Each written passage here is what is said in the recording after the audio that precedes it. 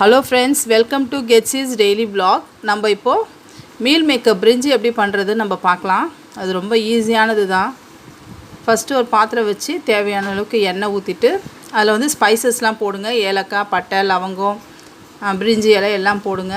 அதுக்கப்புறம் அதில் ஆனியன் தேவையான அளவுக்கு நான் 1 kg அரிசிக்கு நான் இப்போ பிரிஞ்சி பண்ணுறேன். அதுக்கு வந்து ஒரு 5 or 6 பெரிய பெரிய ஆனியன் போடுங்க. ஆனியன் நம்ம கொஞ்சம் நிறைய போட்டோம்னா டேஸ்ட்டு நல்லாயிருக்கும். அதுலேயே பச்சை மிளகா போடுங்க. பச்சை மிளகா போட்டு கொஞ்ச நேரம் நல்லா வதக்கிட்டே இருக்கணும். நல்ல ஒரு கோல்டன் ப்ரௌன் கலர் வந்ததுக்கப்புறம் அப்போ தான் வந்து டேஸ்ட்டு நல்லாயிருக்கும் பிரிஞ்சிக்கு. அதை நல்லா வதக்கிட்டே இருக்கணும். நல்லா வதக்கிட்டு அதில் கொஞ்சம் கோல்டன் ப்ரௌன் கலர் வந்ததுக்கப்புறம் அதில் இஞ்சி பூண்டு பேஸ்ட்டு நான் ஒரு 2 ஸ்பூன் போட்டேன். அதையும் போட்டு கொஞ்சம் வதக்கிட்டு அதுக்கூட தக்காளி போடணும். தக்காளி வந்து வதங்கிறதுக்கு கொஞ்சம் நேரம் ஆகும். அதனால் அதில் வந்து சால்ட்டு போட்டுருங்க. சால்ட்டு போட்டதும் அதை வந்து நல்லா வதக்கிட்டே இருக்கணும்.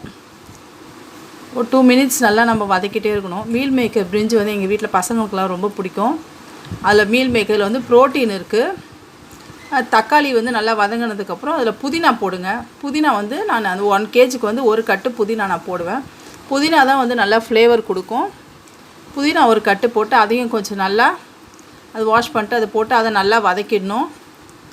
நல்லா வதக்கிட்டே இருக்கும்போது அதில் தேவையான அளவுக்கு மிளகாத்தூள் போடணும். ரா சில்லி பவுடர் தான் போடணும்.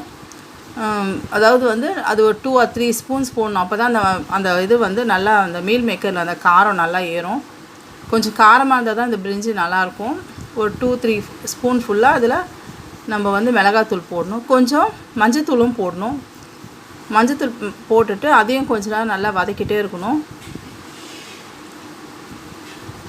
தக்காளியெல்லாம் நல்லா வந்து மசிஞ்சு இப்போ வந்து நல்லா ஒரு கிரேவி பதத்துக்கு வந்துடுச்சு. இப்போ மீல் மேக்கர் போடணும். மீல் மேக்கர் போட்டு அதை கொஞ்ச நேரம் நல்லா வதக்கிட்டே இருக்கணும். அப்போ தான் வந்து அந்த மசாலாவுடைய ஃப்ளேவர்லாம் வந்து அந்த மீல் மேக்கரில் ஏறும். இல்லைனா வந்து அது ஒரு மாதிரி சப்புன்னு இருக்கிற மாதிரி இருக்கும். அது போட்டு அது கூடயே வந்து நம்ம கொத்தமல்லியும் போடணும். கொத்தமல்லி போட்டு அதையும் கொஞ்ச நேரம் நம்ம நல்லா வதக்கிட்டே இருக்கணும். வதக்கிறது தான் முக்கியம். நல்லா எல்லாமே வதங்கணும். தக்காளி, வெங்காயம், இஞ்சி பூண்டு பேஸ்ட்டு, நம்ம போட்ட மசாலா அதோடு சேர்ந்து மீல் மேக்கரையும் போட்டு நல்லா வதக்கிட்டு தேவையான அளவுக்கு தண்ணி ஊற்றணும். நான் வந்து 5 கிளாஸ் அரிசி எடுத்தேன். 1 kg அரிசி நான் வந்து 8 கிளாஸ் தண்ணி தான் ஊற்றுவேன். டபுளாக ஊற்றக்கூடாது. ஏன்னா பாஸ்மதி ரைஸ்ன்றதுனால அது குழஞ்சி போயிடும். 8 கிளாஸ் தண்ணி ஊற்றி அதை கொஞ்ச நேரம் அப்படியே நல்லா கொதிக்க விடணும்.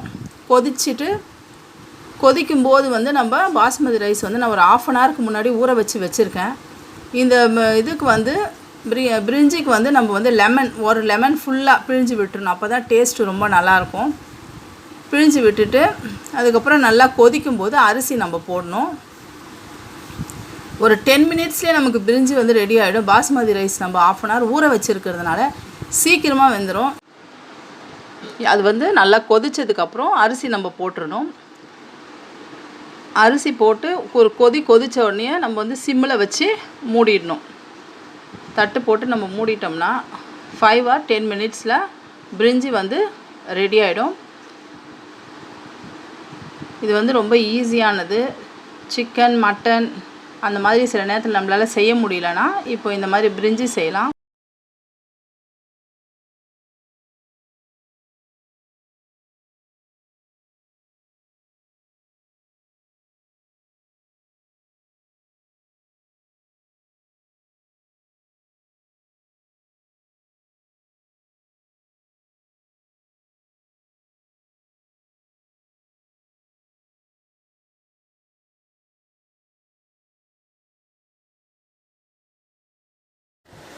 அவ்வளோதான், இப்போ ரெடி ஆயிடுச்சு. வாங்க பிளேட்டிங் பார்க்கலாம்.